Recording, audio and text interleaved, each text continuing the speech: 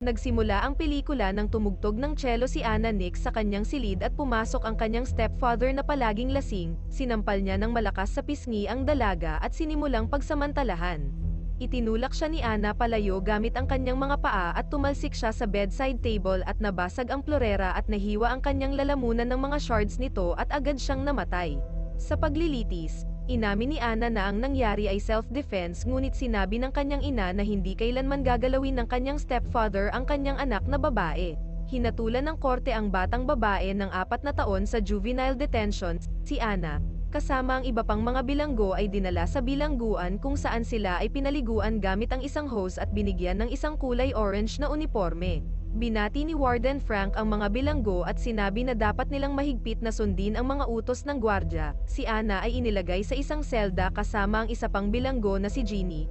Ang babae ay nagbabasa ng isang libro at hindi partikular na gustong makipag-usap sa mga tao. Sinabi niya na siya ay nasa bilangguan sa loob ng 5.5 taon. Pagdating ng umaga, pinapanood ni Jeannie si Anna na natutulog habang kinakalikot niya ang kanyang kuweba.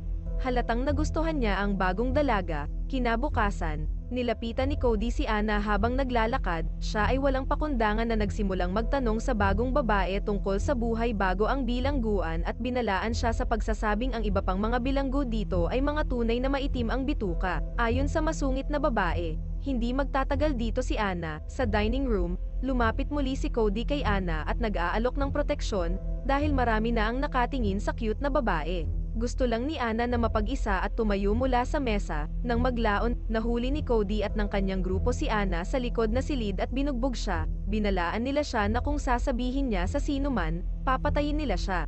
Ipinaliwanag ni Nurse Jane kay Anna na ang kulungan ay isang kakilakilabot na lugar, at ang mga tao rito ay napakalupit. Pinayuhan ni Jane na makipag-ugnayan siya kay Warden Frank kung sakaling magkaroon ng malubhang problema.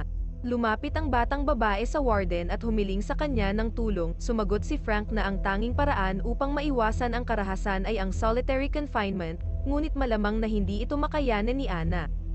Ngunit may isa pang paraan. Inalok ni Frank ang kanyang protection kung papayag si Anna na makipagtalik sa warden. Hindi pumayag si Anna at sinabihan siya ng warden na bumalik na sa selda nito. Pumasok si Anna sa selda at umiiyak. Pinakalma ni Jeannie ang kanyang kaselda at ikinwento kung paano niya pinagdaanan ang lahat ng ito. Sinabi ni Jeannie kay Anna na siya ay napakaganda. Pagkatapos ay naghalikan sila ni Anna. Nauwi ang dalawa sa pagkiskisa ng kanilang mga hiyas at nakatulog sa tabi ng isa't isa. Habang nag-aaral sila tungkol sa literacy, isang maitim na batang babae ang patuloy na tumitingin kay Anna, at habang naglalakad, tinatakot siya at kinukot siya. Pagod na si Anna sa pambubuli, nagpa siyang humingi ng proteksyon kay Cody, at disappointed si Jeannie. Si Anna ay pinigilan ng isang babae mula sa gang ngunit nilabanan siya ni Anna. Iginagalang ni Cody ang malalakas na babae. Ngayon ay handa na siyang kunin ang bagong babae sa gang. Dinala nila si Anna sa kanilang selda kung saan may TV, alak at damo. Ipinaliwanag nila na tumulong si Frank na makuha ang lahat ng ito para sa mutual services. Inutusan ni Cody si Anna na bugbugin ang itim na babaeng nang aapi sa kanya. Matapang na sinugod ni Anna ang bully, ngunit pagkaraan ng ilang saglit, ang mga babae ay pinaghiwalay ng mga security. Bilang parusa, siya ay pinaghubad at itinapon na nag-iisa sa loob ng 2 linggo. Pagkalipas ng ilang araw, ipinatawag ni Frank si Anna palabas ng selda at nangakong iiwas siya sa kaparusahan kung bibigyan niya si Frank ng masarap na pagsubo at paglunok ng katas ng kanyang talong. Ginawa ni Anna ang kahilingan ng warden ng may labis na pandidiri. Di nagtagal ay nakuha ng batang babae ang kanyang unang tato at sinindihan ang isang tubo ng illegal na substance. Inamin ni Cody kay Anna na gusto niya talaga siya. Ang dalawa ay naghalikan at nagpasaya sa isa't isa. Naputol ang kanilang mga sandali ng hudyat ng signal sa selda. Ang kanyang kinang-ina ay binisita si Anna sa bilangguan. Ang matanda ay hindi pa rin naniniwala sa kanyang anak na babae. Umiiyak si Anna at sinabi na ginagawa ng stepfather niya ito sa lahat ng oras. Sinampal siya ng kanyang ina at umalis habang sinabihan siya na sa kulungan siya nararapat. Kinabukasan, sinalakay ng isang itim na babae kasama ang kanyang gang ang gang ni Cody. Hindi nagtagal ay pinaghiwalay ng mga bantay ang mga bilanggo at bumalik si Anna kay Frank. Sabi ng warden na itinapon niya ang isang itim na babae sa solitary confinement. Kunwari ay wala siyang gagawin kay Anna kapalit ng kanyang serbisyo. Binigyan ni Frank ang batang babae ng pinagbabawal na gamot at nang maging high na si Anna, Saka pinagsamantalahan ng warden si Anna. Nang bumalik si Anna sa selda at sinimulang tanungin si Jeannie, tumanggi ang babae na makipag-usap sa kanya dahil high sa drugs si Anna. Sinampal ni Anna ang kanyang kasama sa selda at agad na sinubukang humingi ng tawad. Dahil sa mga marka ng kamay sa mukha ni Jeannie, dinala si Anna pabalik sa warden, kung saan hindi pinalampas ng warden ang kanyang pagkakataon na gahasain ulit ito. Si Anna, napagod na sa mga nangyayari, ay nagsimulang patuloy na gumamit ng pinagbabawal na gamot. Nakipag-away siya kay Cody at sinabihan niya si Anna na lumabas. Sa paglalakad, sinubukan ni Anna na makipagkasundo kay Jeannie ngunit itinaboy siya ng kanyang kasama sa selda. Nakita ni Anna ang mga babae na may malakas na tama ng droga. Iniabot niya ang kanyang pambayad at ngayon ay high na naman siya. Nakita ito ni Cody. Pinakiusapan ang dalaga na matauhan na ito, ngunit naging bastos lamang siya bilang tugon. Sinabi ni Cody na wala na siya sa ilalim ng kanyang proteksyon at umalis. Kinabukasan sa banyo, binugbog si Anna ng isang bilanggo kasama ng kanyang gang. Siya ay nagiging mas adik sa malakas na tama ng droga, nakakita siya ng mga hallucinations at naiisip niyang tapusin ang sarili niyang buhay. Sinubukan ni Jeannie na mga tuwiran sa kanyang ka-cellmate ngunit hindi niya ito pinakinggan. Habang high sa droga, si Anna ay nakaharap muli sa isang maitim na babae, nagdulot ng malawakang away at nauwi sa pag-iisa muli. Pagkaraan ng ilang araw na pag-upo doon, binasag ng batang babae ang isang plastic na tray ng pagkain at hiniwa ang kanyang pulso gamit ang isang shard. Nagising si Anna sa isang mental hospital, nakagapos ang kamay at paa. Hinihiling sa kanya ni Jay na magsimulang mag-isip gamit ang kanyang utak. Si Anna ay tumingin na may takot sa mga adik sa droga at mga baliw at hiniling niya na makita ang kanyang ina. Sa wakas ay inamin ng kinang-ina niya na alam niya kung gaano ka-ayla hilakbot na tao ang kanyang stepfather at humingi ng paumanhin sa kanyang anak na babae. Pagkaraan ng ilang sandali, pinayagan ni Frank ang batang babae na bumalik sa selda. Tiniis ni Anna ang sakit, binura niya ang tato na ibinigay sa kanya ni Cody. Nakipagkasundo siya kay Jeannie at muling naligayahan ang dalawa.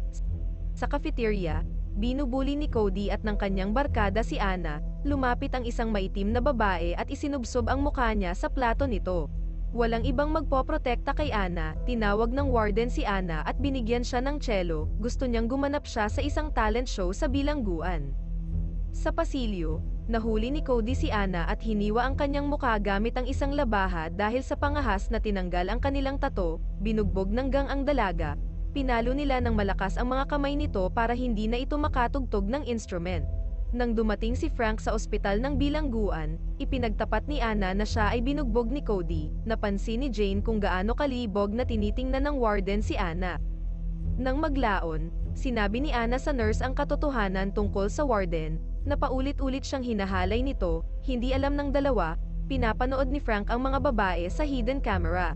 Makalipas ang ilang araw, inatake ng mga bilanggo si Jane at binugbog siya. Pumasok ang nurse sa opisina ng warden at ipinahayag na sasabihin niya ang buong katotohanan tungkol sa kanyang pang-aabuso sa mga bilanggo. Nang makaalis ang nurse sa opisina, nagbigay si Frank ng utos na patayin siya. Sa locker room, tumakbo ang isang bilanggo kay Jane at sinaksak siya ng matulis na bagay ng ilang beses. Nagsinungaling ang warden kay Anna na si Cody ang pumatay kay Jane. Tumutugtog si Anna ng cello sa isang talent show. Sa una, tumawa ang mga bilanggo, ngunit pagkatapos ay literal silang napaibig sa kanyang musika. Pagkatapos ng talumpati, sinabi ni Frank kay Anna na sa susunod na linggo, magkakaroon ng pagdinig sa kanyang parol. Pagkatapos ay muling pumalakpak ang mga pisngi ng kanyang puwet sa itlog ng warden. Sinabi ni Jeannie kay Anna na hindi siya dapat magtiwala sa warden, dahil siya ay isang sinungaling. Naabutan ni Cody at ng kanyang gang si Anna sa pasilyo. Ngunit sinaway sila ng isang security guard.